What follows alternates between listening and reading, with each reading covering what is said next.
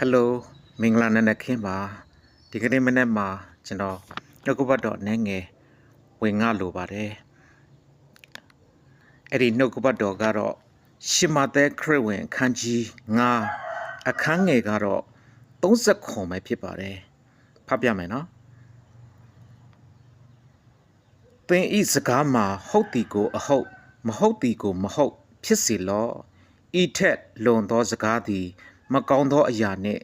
ဆက်ဆိုင်ပေ၏ဖတ်ကြားသောနှုတ်ကပတ်တော်အားဖြင့်အရောက်စီတောင်ကိုဘုရားရှင်ကောင်းချီးပေးပါစေဆိုတော့ဒီတမန်ကျမ်းစာကိုကြည့်မယ်ဆိုရင်ကျွန်တော်တို့လူလောကမှာနေတဲ့ခါမှာတယောက်နဲ့တယောက်ပြောတဲ့စကားတွေကြားရတဲ့စကားတွေကတခါတည်းရန်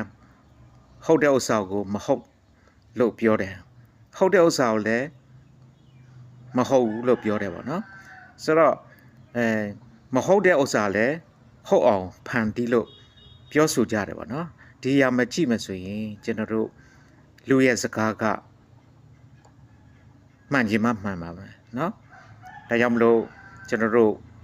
ဟုတ်ဖို့မှန်ဖို့အတွက်ဟုတ်ကိုအဟုတ်မဟုတ်ကိုမဟုတ်ပြောနိုင်ဖို့အတွက်ပိုင်းခြားနိုင်ဖို့အတွက်ကိုကျွန်တော်တို့ကဘာနဲ့စစ်စစ်ကြည့်ရမလဲဆိုတော့ကျွန်တော်တို့ဖရာသခင်ရဲ့နှုတ်ကပတ်တော်တမန်ကျမ်းစာဖြစ်တဲ့တမန်တရားဖြစ်တဲ့ယေရှုခရစ်တော်ရဲ့စကားတော်အားဖြင့်ကျွန်တော်တို့ပိုင်းခြားပြီးတော့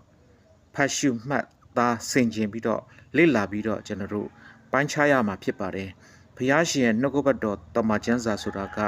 ကျွန်တော်တို့ဘာနဲ့တူလဲဆိုတော့လောကမှာရှိတဲ့ဥပဒေတွေချမှတ်ထားတဲ့အရာနဲ့တူပါတယ်ဘုရားရဲ့စကားပေါ့နော်ကျွန်တော်တို့နောက်ဘာနဲ့တူလဲဆိုတော့ပြည့်ညတ်တော်လို့လည်းခေါ်ပါတယ်ကျွန်တော်တို့ဒီအရာကိုကျွန်တော်တို့ကပိုင်းခြားလေ့လာမယ်ထားမယ်ဆိုရင်ကျွန်တော်တို့ကြားနေရတဲ့စကားတွေဟုတ်လားမဟုတ်လားလူတွေပြောတဲ့စကားတွေကဟုတ်လားမဟုတ်လားဆိုတော့ကိုပိုင်းခြားနားလည်မှာဖြစ်တတ်ပါတယ်ဒါကြောင့်မလို့ညီကောင်မောင်နှမတွေကိုပြောချင်တာကကျွန်တော်တို့အသက်ရှင်တဲ့အခါမှာဖခင်ရဲ့နှုတ်ကပတ်တော်ကိုနေ့တိုင်းဖတ်ရမှာဖြစ်တယ်အချိန်ရှိသည်ဖြစ်စေမရှိသည်ဖြစ်စေကျွန်တော်တို့ဘယ်အချိန်ပဲဖြစ်ဖြစ်ဖခင်ရှင်နှုတ်ကပတ်တော်ကိုဆင်ခြင်လေ့လာဖတ်ရှုမှတ်သားရမှာဖြစ်ပါတယ်ဒါမှလည်းကျွန်တော်တို့ဘဝအသက်တာမှာမှန်ကန်တဲ့ဟုတ်မှန်တဲ့အသက်တာကိုကျွန်တော်တို့လိုက်လျှောက်နိုင်မှာဖြစ်ပါတယ်အသက်ရှင်နိုင်မှာဖြစ်ပါတယ်ဒါကြောင့်မလို့ညီကောင်မောင်တို့များကျွန်တော်တို့ဖခင်ရဲ့နှုတ်ကပတ်တော်ကိုစင်ကျင်နှလုံးသွင်းဖို့လိုပါတယ်ဆိုတော့ကိုပြောလိုပါတယ်